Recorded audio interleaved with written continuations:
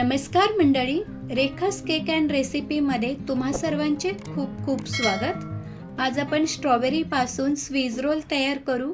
खूप टेस्टी आणि खूप कमी वेळात तयार होणार आणि खूप सोपी रेसिपी आहे, त्यामुळे व्हिडिओ पूर्ण पहा।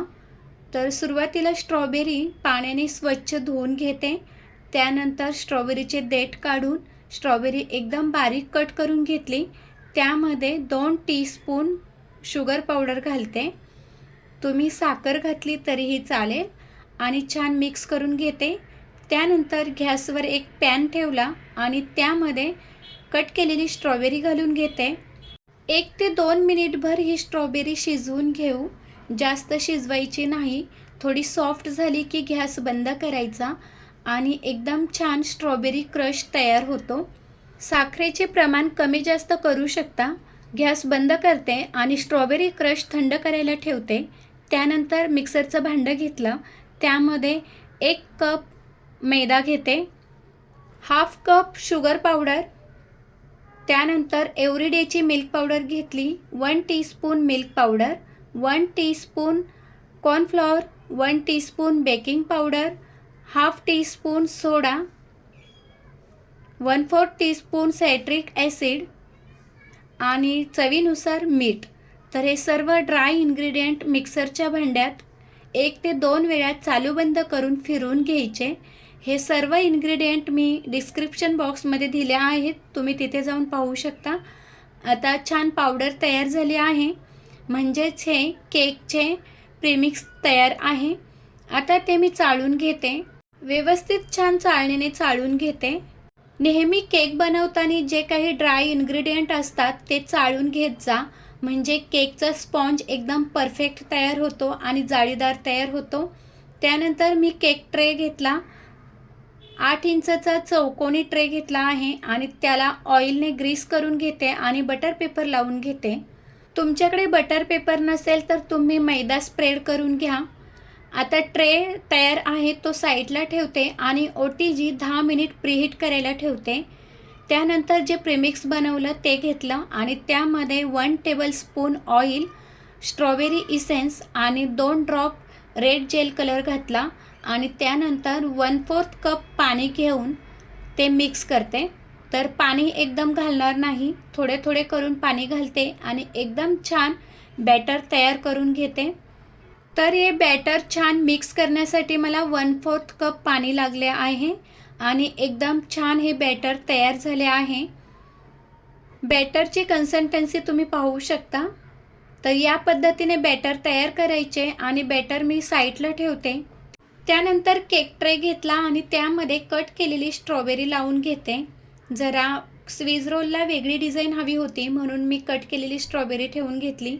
ती ऑप्शनल आहे, तुम्ही नाही ठेवली तरीही चालेल।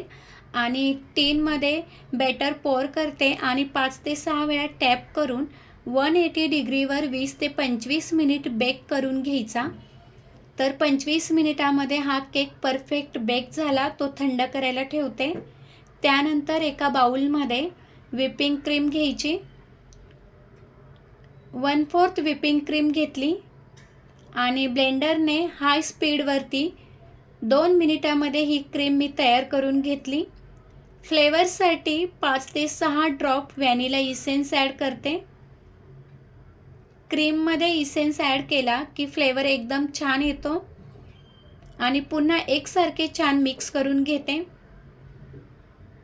क्रीम तयार आहे, क्रीम साईडला ठेवते आणि केकचा स्पॉन्ज घेते।